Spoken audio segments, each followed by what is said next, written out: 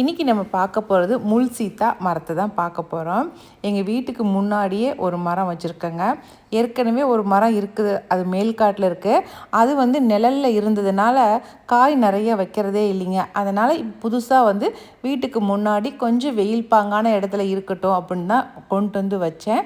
ஆனால் அது நல்லா காய்க்க ஆரம்பிச்சிருச்சு. ஆனால் இந்த ட்ரிப்பு மாதிரி எப்போவுமே காய்ச்சது கிடையாதுங்க. நிறைய காய் வச்சுருக்குது, நீங்களே பாருங்களேன். இப்போ நம்ம பறிக்க போகிறது இந்த காய் தான் பறிக்க போகிறோம்.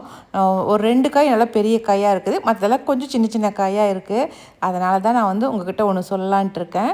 எல்லா காயுமே எங்களால் சாப்பிட முடியாது, ஏன்னா கொஞ்சம் இனிப்பு கொஞ்சம் புளிப்பாகவும் இருக்கும் இந்த காய். ஆனால் இந்த காய் கேன்சருக்கு ரொம்ப யூஸாக இருக்குது அப்படின்னு சொல்கிறாங்க. அதனால் இந்த காய் யாருக்காவது தேவைப்பட்டுச்சுனாக்கா நான் ஸ்க்ரீனில் நம்பர் கொடுக்குறேன், அந்த நம்பருக்கு நீங்கள் வாட்ஸ்அப் பண்ணுங்கள். பழங்கள் நல்லா திரண்டு பெருசாக ஆகும்போது யார் கேட்குறீங்களோ அவங்களுக்கு ஒவ்வொரு பழமாக கொடுத்து விடுறோம். ஏன்னா எல்லா பழத்தையும் நாங்களே சாப்பிடணும்னு சொல்லிட்டு வச்சுக்கிட்டு அதை வேஸ்ட்டு பண்ணக்கூடாது.